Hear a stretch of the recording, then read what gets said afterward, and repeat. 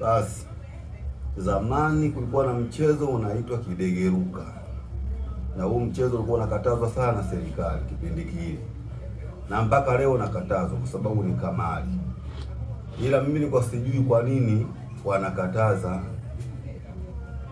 Kumbe kilichokuwa wanafanya wanakataza, ukicheza ule mchezo ni sawasawa, unaweza ukashtakiwa kwa makosa matatu. Kwanza ni kumzungusha akili rais. Pili ni kumnusisha harufu mbaya. Tatu ni kumbana pumzi rais. Ni makosa hayo matatu. Unamzungusha akili rais,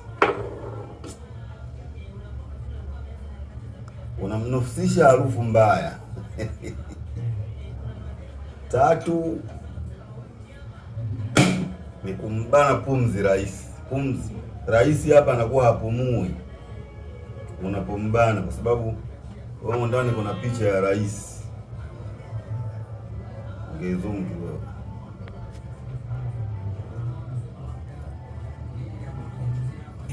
Hapa kuna picha ya rais hapa.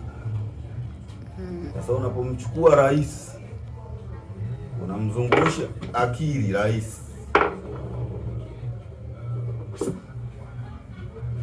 unamnusisha harufu mbaya huko, kwa sababu lazima ufanye hivi.